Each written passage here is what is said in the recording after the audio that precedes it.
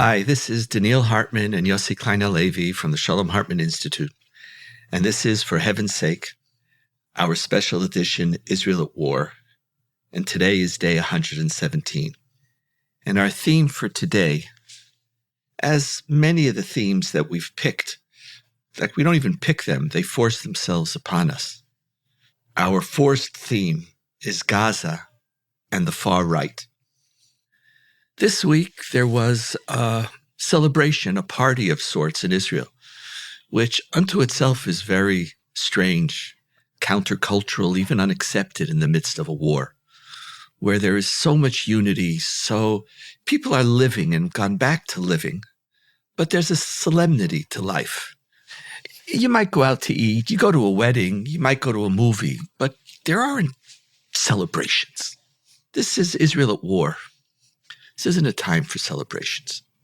But there's no other way to describe the gathering of what was ostensibly the far, far right of Israel to declare a desire to return and rebuild Gaza with a bunch of other agendas for Gazan citizens, civilians, which we'll talk about shortly, including transfer by choice, in brackets. But it wasn't a political event in which a political position was articulated. It really was a coming out celebration. There was dancing. The Hasidic Rebbe was Itamar Ben-Gvir, with the people dancing around him. I thought I was at some Hasidic tish, a Hasidic meal with the Rebbe and their students. There was a levity. We have to understand this, because while they were celebrating, so many of us in Israel were nothing short of aghast. I don't know if we were shocked. We probably shouldn't have been shocked, because the truth is, in Israel, nothing should really shock us anymore. But we were surprised. We looked at it. I'm trying to find all the words. Incredulously, I hope that's close enough. I think we were shocked by the numbers, that there were thousands of people there. There were thousands. And how many cabinet ministers were there? 11? Yeah, there were 11 cabinet ministers, 16 members of the Knesset, members of Smotrich and Ben-Gvir's party, but also mainstream Likud ministers. And we were trying to understand, and I imagine many of you, our audience from around the world, who are also, what's happening here? Especially right after the ruling in the Hague, or the Hague. We never know what to call it. In Hebrew, it's called the Hague. In English, it's called the Hague. And, I know soccer is not necessarily the sport of many of our listeners. For some it is, and for those who it is, it's probably better known as football. But we were given a yellow card by the Hague, a warning. Within a month, you have to report. And Yossi, you and I, we analyze this. You're supposed to report, how are you? We're not stopping the war, but what are the limits? And how do you understand your moral responsibilities, in particular to Gazan civilians, and in particular to not uproot their ability to rebuild their lives, which, even though it's counterintuitive, is in fact now part of the official definition of genocide. It's not just mass killing. It's also undermining the ability of a community or a nation or a group as such to survive and to live and to continue their life. And in the midst of that, just 3 days later, there's a celebration calling for the renewal of settlements in Gaza. Majority of Israelis are against it, but 38% are for it. Amongst the right wing, that means the members of the coalition, I think it's something like 68% are for it. This is stunning. It's actually stunning. So, Yossi, we're not going to be shocked. we're because nothing could shock us, but we have to understand. And I want us to talk today about what this means. Where is this coming from? And then what does this mean for the future of Israel, for the relationship of the world to Israel, world Jewry to Israel, the political divides in Israel? Let's start unpacking. So, Yos, turning to you first, start unpacking as you understand it. So this is it. Unpacking is the right word, because there are layers of motivation here. And some of what's motivating this movement is unconscious. And these motivations are entwined. And not all of those who support this are fully aware of what's motivating them. So the first level is, we could call it the ostensibly rational, the political. And that is that supporters of return to Gaza argue with a certain amount of credibility that the withdrawal from Gaza resulted in unmitigated disaster. Israel lost its buffer of the settlements in Gaza that were protecting the state. And October 7th was a consequence of the destruction of the settlements. And the argument here is that a healthy people, and they always use this language of a healthy people, when it has the power to undo a terrible mistake, a crime that it committed against itself, it takes itself in hand, and it has the courage and the power to right its mistake. That's the first layer. The second is something I would say that's more amorphous, but I believe is hovering over the spirit of this movement. And that is that the essence of Zionism is return. The essence of Zionism is that what was destroyed is never permanently destroyed. That's the whole basis of recreating a Jewish state. And so the language that they use the language of Churban, of destruction, which of course is the language of the destruction of the temple and of ancient Jewish sovereignty.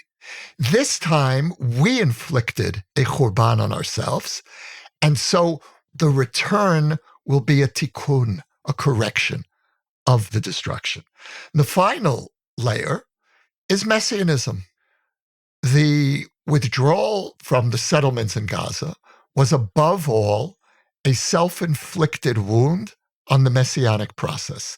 The Messianic process is the fulfillment of the longing for wholeness, a whole universe, a tikkun of this broken world. And the land of Israel is the template where wholeness and brokenness is worked out historically. And so if we can return to Gaza, we are restoring the wholeness of the land, and that brings us much closer to fulfilling the process of messianic wholeness. I really appreciate the three levels. And one of the reasons why I think it's so important to mention all three is that we're facing a coalition that can't be cataloged as crazies. 38%, 60-something percent of those who see themselves on the political right wing, supporters of the Likud, these aren't unrealistic, naive, religiously motivated. It's a much more complicated story, but the three layers helps to explain the coalition. It's not three layers of why. Mm-hmm. It really is. That's right. It's three parties of the coalition. There's the Security Party. There is, they call it the Proud Zionist Party, who don't want to deny that Zionist. And the third is this religious Zionist messianist. Who are leading. They're actually leading the movement. Right. It was their party. And a lot of other people, their party meaning that political evening, which I'm calling a party, celebration. I want to concentrate on the third for a moment, because this messianic element, which has always been a part of religious Zionism, since 2005 and the unilateral withdrawal from Gaza, has been very intelligently hidden by the religious Zionist community, by their right-wing messianic group, because the religious Zionist community, like all communities, has many diverse dimensions to it. There's an ultra-Orthodox dimension, there's a modern Orthodox dimension, there's a right-wing messianic dimension, there's also an ultra-nationalist dimension. And sometimes they dovetail and sometimes they don't. But in 2005, one of the fundamental lessons of the religious Zionist community, which saw themselves for decades as the leaders of the Zionist movement, they felt they lost. They didn't just lose the settlement in Gaza. They didn't just lose the messianic, almost inevitable journey. They lost the hearts of Israel. They were speaking about the holiness of the land as an essential feature of the ultimate redemption of Israel. That we are on this trajectory now of bringing back the Messiah and the ultimate victory of Israel and the redemption of the world. And the key component to that was settling the land of Israel. That was the key. This key was going to activate God's return after 2,000 years of exile to bring about this messianic moment. But when the majority of Israelis, and a large majority of Israelis, unlike when it came to Oslo, here, the majority of Israelis from the right, center, and left voted for the withdrawal from Gaza and the dismantlement of the settlements, the juxtaposition was, what do you care about? Do you care about the land of Israel, the holiness of the land, or the holiness of the Jewish people? And the holiness of the Jewish people was A, preserving a Jewish majority, and B, not sacrificing our soldiers, because nobody wanted our soldiers to die protecting the settlements, the 8,000 to 9,000 settlers. People just didn't want to send their children to serve there anymore. So what do you want? Do you love the people of Israel, or do you love the land of Israel? And religious Zionism realized that it lost. And very intelligently, what it did is it started to hide its holiness of the land and its messianic ideology. And they started to just speak security. And when they speak security, Yossi, they are basically competing for who loves the people of Israel more. Is the people of Israel protected by withdrawal, by searching for peace, or are the people of Israel protected more when we see the enemy for what it is and we have a defense position? We're defending Israel. We're defending Israel by getting rid of these false compromises, the false messiahs of the left, paradoxically, who think of peace. And so they reemerged in Israeli society by separating themselves from their messianic ideology. What we saw this week and what Gaza has unfolded is a community which has become very mainstreamed, not just in the government.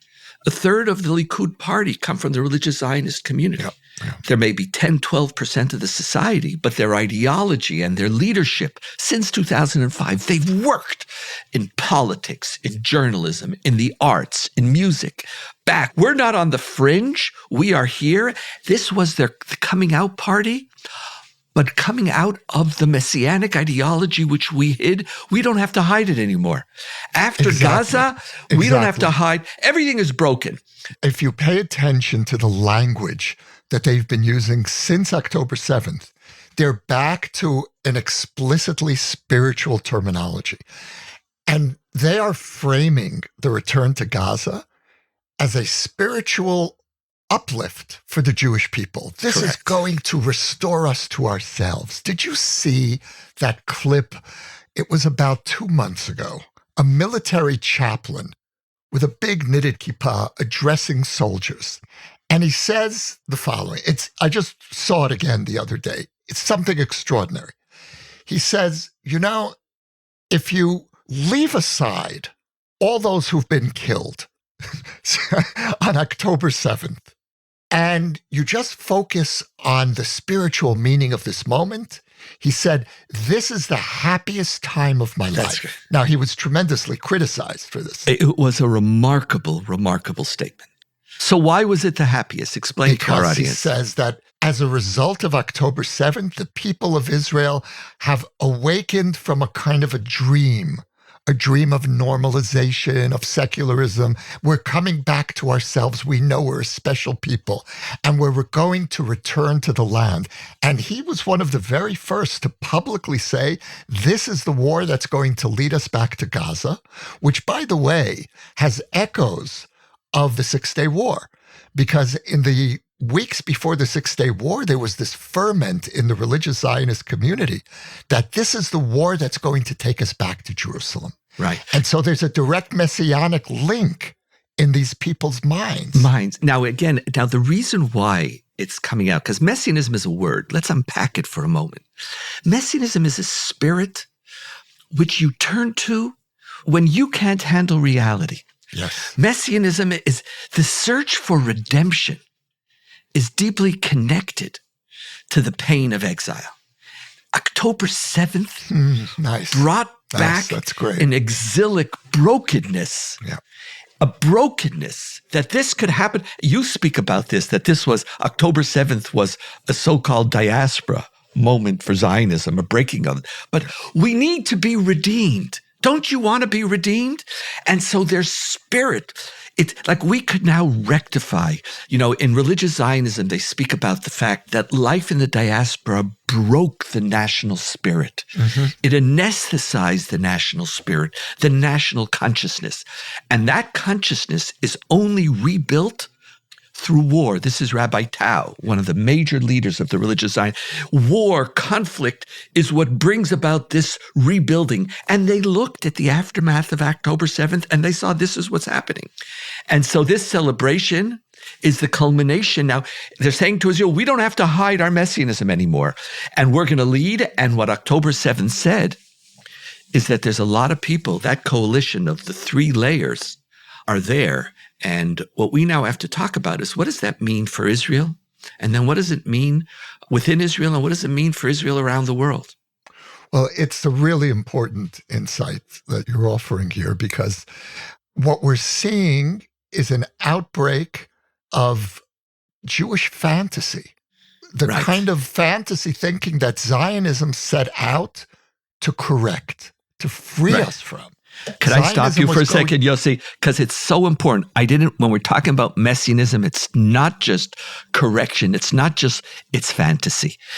And that term is so critical for us to stop on because it's going to shape so much of Zionism. And Donniel, fantasy thinking is anti-Zionist. It is antithetical to the Zionist revolution, which was to restore us to the real world, to deal with reality. But as you say, reality has now become so unbearable since October 7th that a return to fantasy is almost a rational response to October 7th. It's intoxicating. And secular Zionism, which was anti-messianic, all the while that it also had its own messianic fervor because it believed that we could solve all of our problems, but they were always grounded realpolitik. Yes. Right now, you have a leadership in Israel from Netanyahu down who basically aren't giving us a vision of the future. They're saying words, but everybody knows they're lying. They're talking, but what is your plan? Right. What's your plan? And along comes this group of people and say, we have a plan. We have a plan. Nobody offered an intelligent, counter-realistic plan. What do you really want to do in Gaza? That's, by the way, we move into Gaza and have no plan on what we intend to do with the civilians other than to move them out of the way of our bombs. But really, what do you plan to do? So then we say UNRWA is the enemy, they're Hamas, and now an Israeli official says, and we'll talk about this another time, no, don't dismantle UNRWA right now. I want to dismantle UNRWA after the war, but we need UNRWA now. So you don't have a plan. You're moving into a densely populated space. You don't have a plan to how to deal with the civilians. You don't state your plan for the day after because you're negotiating hostage deals and then saying you're not negotiating them. It's all, there's this cloud, and along comes a group of people and says, here, life is going to be perfect. We are going to go back to 2005. Who would not want to go back to pre-tunnel, pre-Hamas Gaza? And they're giving you a plan, and it's clear. And when one side has a plan, and one side has a vision, and that vision, your word, fantasy, it's exciting. And the other side is not offering anything other than, okay, we'll talk about it when the war ends. Of course, which side do you want to be on? Here, this one has a future, and you're not offering me anything. The better analogy than to the one that I offered earlier about 1967 is actually the Yom Kippur War, 1973. Because that's really when the settlement movement emerged as an organized force. And it came about at a moment of despair and confusion. No one knew what to do post-73. And the would-be settlement movement comes along and says, we have a plan. We have a vision. And they use the same language. We're going to raise up the spirits of the people. That is how Gush Emunim, the settlement movement, really launched itself. Now, we're talking about fantasy, and the more that I listen to these people, and now let's really segue into the unbelievably destructive nature of what these people are trying to unleash. And the definition of madness is to be detached from reality. When they say we're going to lift up the spirits of the people by reestablishing the Gaza settlements, which people are they talking about? Certainly the 38% that support this will feel uplifted by this, maybe. In the short run. Yes, yeah. Right, in the short run, until we all have to start paying the price for it. But the majority of Israelis are so profoundly disoriented and outraged by this outbreak of bizarre celebration and this fantasy politics when we're fighting for our lives. There's nothing that can divide this country more in war than to start seeing groups of would-be settlers slipping across the border, and we're going to see that. That's the plan, by the way. They are actively planning to repeat what the settlement movement did in 1974, 75. See, what you have here is a reverse of the last year with the judicial reform, where the anti-judicial reform had a cause, which brought the masses into the street. Good one. And the right wing is another good one, right? That's a good What's that? Could I just pat myself on the back for a moment? Because just listening to you inspired me. And the right wing didn't show up. Right now, they are banking that we will uplift the spirit of Israel because we're going to give you hope. Yeah. We're going to give you hope. But their hope is my despair. Is your despair. That's correct. That's the divide. And so they're going to try to rebuild, and the other half is going to be on the streets calling for elections now. And we have a very, very difficult moment. But in many ways, what this event put forth, and it's a despair for you, and it's profoundly alienating for world Jewry. It's bizarre for the friends of Israel around the world who are looking at it and wanted at least that Netanyahu should at least just condemn him. This is what did the court in The Hague say? That if somebody is calling for the transfer or for the removal of Gazans, that should be illegal and you should prosecute them. And these are your members, your cabinet members. You didn't even remove them from the cabinet. They're giving the court the smoking gun of the motivation for this war as a war of genocide. That's what they're doing to us. Of course, but when you're messianic, you actually want it because you want to move. You want to move the conflict outside of the domain of international politics and put it into the domain of theological politics. God will reemerge. And you want to push events to the ultimate, the breaking point. Because you believe that God will never leave you. You're forcing God's hand in many ways. But there's going to be a very important line, which is we're going to have to see how it plays itself out. We don't know. There's already politics have permeated our life in Israel. And it's very strange being at war and engaging in politics simultaneously. It's almost as if the war is now secondary to the political discourse around the war. It's strange to say that, but honestly, it feels that way. It's like we're doing our politics while there's a war. Like it's not the war number one. We almost have to start counting differently soon. But I think one of the critical lines that's going to have to take place, and you see Netanyahu silent. He is silent because he knows this is not the path. This is not Netanyahu's legacy. This is not his ideology, nor is this the idea. Do you really want to open that door of his legacy right now? No, it's not what he wants to be his legacy. Let me just talk. Well, I'm just going to talk. Don't go to Netanyahu today because it's minor. It's really not our issue. But the right wing in Israel, the center right, the center left, and the right are responsible. They're aware of the significance of international opinion, of world Jewry, of our coalitions, of the governments who are standing with us, including all the governments who stopped funding UNRWA. And all that we've been doing has been to be connected to the world and ultimately with, as we spoke about, the Sunni coalition. They're aware of it. That's what they want to do. So we're going to have a line. And in many ways, the next election or the political discourse in Israel is going to have to be on whether this messianic right leads the right or whether the center right leads the right into a coalition with the center and the center left. But that could only happen, Yossi, it could only happen if the center starts speaking about its plan, its fantasy, imperfect, not its messianism, not how we're going to resolve this and how everything, because it's wonderful, everything's going to come out great. We're going to have settlements and we're going to be back in October 6th and nothing will have happened. We'll be back in 2005. What's our plan?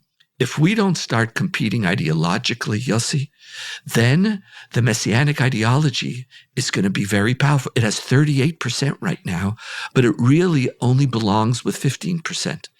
Even some of the Haredim showed up at this celebration. That's not where they are. They're not messianists. Haredim are the ultimate realpolitik people. They always have been. That may be true for a majority of the Haredim.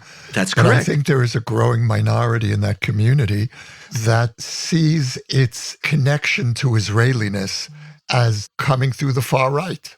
I know. So this, if we want to talk, there is a clear majority, not 51-38. It's a different majority. It's a 75% majority. But that majority needs a leader. And so far, Gantz is leading by making sure that he doesn't say anything so that nobody has a reason not to vote for him, even though he did come out, but he does not coming out strong enough. What we are talking about, we're not just picking a theme to talk about today. In many ways, the future of Israeli politics, and for me, the future of Zionism in Israel and around the world, is going to depend on how we intellectually, spiritually, morally, and emotionally marginalize this messianic vision that has been unleashed upon us. Last word, Yossi. That's right for the long term.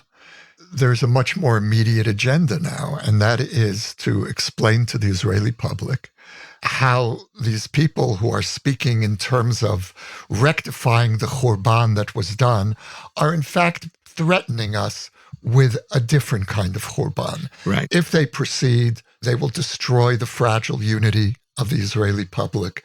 They will fatally undermine our case in the Hague and, as you put it, among our friends. So I think that immediately we need to be focusing on ways in which to make a very clear case about the dangers, the imminent dangers of the politics of fantasy. And at the same time, we need to be thinking long-term about what our vision is and how do we present a genuine vision to uplift the Jewish people post-October 7th. Right. People want to have a feeling that the day after Gaza is going to be okay. Messianism gives you that. And we have to give people another vision. But what makes it difficult, and to bring it full circle back to the way you started, your 3 layers, part of the challenge is that you can't just attack the messianism without offering some responses to the security and the true Zionism answers. Because otherwise, the messianics, they'll reach out to their coalition. We have a lot of work to do. Welcome. Never is boring. Never, we thought a war was one challenge. There's so many challenges and so many things that we have to struggle with. It's day 117. This is, for heaven's sake, Israel at war. A lot of work. A lot of work lies ahead. You can now sponsor an episode of For Heaven's Sake, Israel at War. The link to donate can be found in the show notes or at shalomhartman.org/For Heaven's Sake. We will acknowledge your gift on a future episode. For more ideas from the Shalom Hartman Institute about what's unfolding right now, sign up for our newsletter in the show notes or visit shalomhartman.org/Israel at War.